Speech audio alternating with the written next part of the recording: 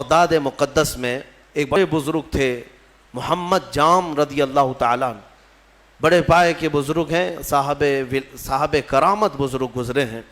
یہ وہ دور تھا جب ہلاکو بادشاہ پوری دنیا میں اپنی درندگی پھیلا چکا تھا، جہاں جاتا تھا قتل عام کرتا تھا، یکے بعد دیگرے وہ ملک فتح کر رہا تھا، لاشوں کے انبار لگا رہا تھا۔ اس کی کرسی تو لوگوں کی لاشوں پر ہی لگتی تھی۔ ہلاکو نام سنا ہوگا آپ نے، بڑا ظالم بادشاہ۔ اور یہ جنگ کرتے کرتے جب اس کا ٹارگٹ بغداد ہو گیا، بغداد اس وقت مرکز اسلام کہلاتا تھا، علماء دین وہاں پر کثرت سے ہوا کرتے تھے، علم کی بڑی بڑی درسگاہیں وہاں پر موجود تھی، دانشور وہاں موجود تھے، صوفیہ موجود تھے۔ تو بغداد میں بڑی بڑی پرانی تاریخی کتابیں موجود تھیں، بغداد کو اس نے ٹارگٹ بنایا۔ سنیے، بغداد کو جب ٹارگٹ بنا کر اپنی فوج لے کر وہ بغداد پر چڑھائی کرنے کے لیے نکلا تو بغداد سے کافی فاصلے پر پڑاؤ کیا، ابھی کافی دور تھا، اور اس نے اپنے 2 سپاہیوں کو بھیجا کہ بغداد کا معائنہ کر کے آؤ، دیکھ آؤ لوکیشن کیا کیسا ہے۔ تو اس کے سپاہی جب بغداد کے لیے نکلے تو لوگوں میں ہلچل مچ گئی، بہت سنسنی پھیل گئی کہ ہلاکو قریب آ چکا ہے اور بغداد کو تباہ کرنے والا ہے، کیونکہ سب تباہیاں انہوں نے دیکھ لی تھی۔ ہلاکو نے کیا کون سے شہر برباد کیے، کتنوں کا قتل عام کیا، وہ سب کو پتا تھا۔ تو بغداد کے اکثر لوگ دوڑے دوڑے حضرت محمد جام کے پاس آئے، کہا کہ آپ ہمارے رہبر ہیں، آپ ہمارے رہنما ہیں، اللہ والے ہیں، ہمیں بچا لیں، آپ دعا کریں۔ ہلاکو جیسا ظالم بغداد پر ٹوٹ پڑا ہے۔ وہ اس وقت بیٹھے ہوئے تھے، ان کے ہاتھ میں کھٹوری تھی، آپ نے وہ کھٹوری کو یوں پلٹ دیا اور کہا جاؤ اللہ حفاظت فرمائے، اللہ حفاظت فرمائے۔ لوگ چلے گئے۔ اللہ والوں کو اللہ تعالیٰ نے یہ اختیار دیا ہے، تصرف دیا ہے، اور ان کی اداؤں کو اللہ قبول بھی کرتا ہے۔ ہوا یہ کہ ہلاکو کے دونوں سپاہی پورے راستے بھر چھان مارتے رہے، ان کو بغداد نظر ہی نہیں آیا، وہ ڈھونڈتے رہ گئے، ان کو صرف میدان ہی میدان دکھتا تھا، کہیں بغداد دکھتا ہی نہیں تھا۔ وہ واپس لوٹے اور بادشاہ سے کہا کہ بغداد تو ہے ہی نہیں قریب، کہیں پر کوئی شہر ہی نہیں ہے، صرف اور صرف چٹیل میدان ہے۔ تو ہلاکو کو اتنا غصہ آیا ان کی بات پر کہ یہ جھوٹ بول رہے ہیں، دونوں کو اس نے قتل کر دیا۔ کہا جھوٹ بول رہے ہو تم، بغداد کے بالکل ہم قریب آئے ہوئے۔ دوسرے دن بغداد کو اپنے خاص 2 وزیروں کو بھیجا، کہا جاؤ تم دیکھ کر کیا ہو، عام سپاہیوں پر بھروسہ نہیں ہے۔ اپنے معتمد 2 وزیروں کو بھیجا، وہ جب آئے، دوسرا دن تھا، تو پھر لوگوں کو خبر چلی کہ آج ہلاکو کے 2 جاسوس اس کے مخصوص وزیر آ رہے ہیں۔ پھر دوڑے دوڑے حضرت محمد جام کے پاس آئے اور ان سے سفارش کرنے لگے کہ حضور آج وہ اپنے مخصوص جاسوسوں کو بھیج رہا ہے اور وہ بغداد کے قریب آئے ہیں، ہماری بیویاں بیوہ ہو جائیں گی، بچے یتیم ہو جائیں گے، بچا لیں، اللہ کا واسطہ دیتے ہیں۔ حضرت محمد جام نے آج پھر کھٹوری اٹھائی، پلٹ دیا، کہا جاؤ اللہ حفاظت فرمائے۔ چلے گئے، وہ 2 وزیر بھی گھوم پھر کر کے گئے، انہیں بھی بغداد نظر نہیں آیا، صرف چٹیل میدان۔ اللہ والے اپنے کوزے سے جسے چاہے چھپا لے۔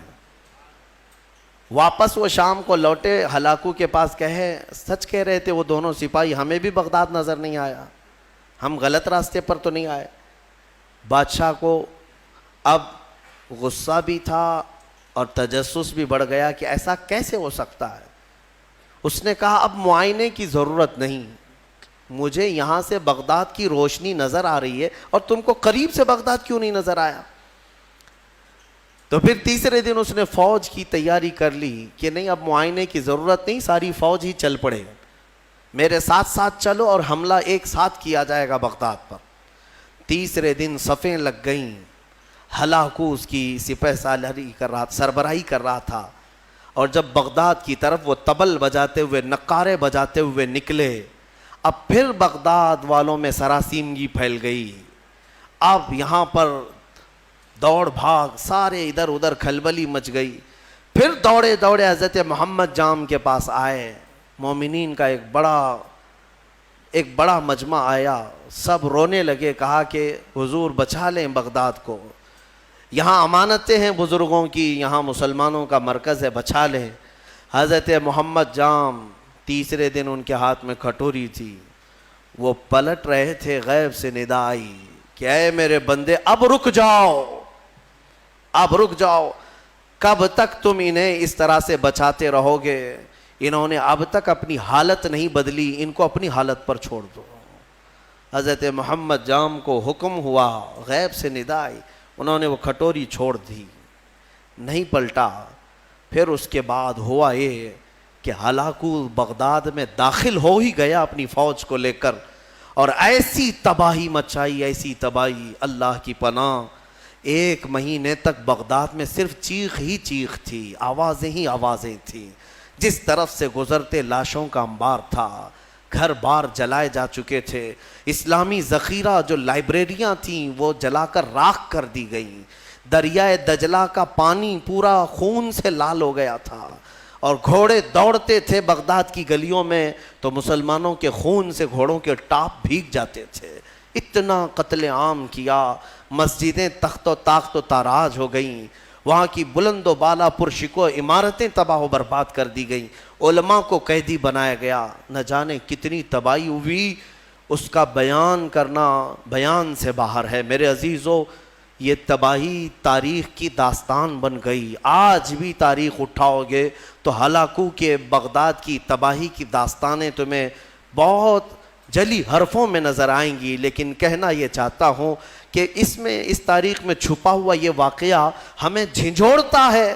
اللہ والے بھی، اولیاء کرام بھی اس وقت تک بچاتے رہتے ہیں جب تک تمہارے سدھرنے کی امید ہو، پھر ایک وقت ایسا آتا ہے کہ مولا تعالیٰ خود منع کر دیتا ہے کہ اے میرے محبوب بندو، ان کی حفاظت بھی مت کرو، ان کو اپنے حال پر چھوڑ دو، ان کو اپنے حال پر چھوڑ دو، کہیں وہ نوبت نہ آنے پائے، وہ وقت آنے نہ پائے۔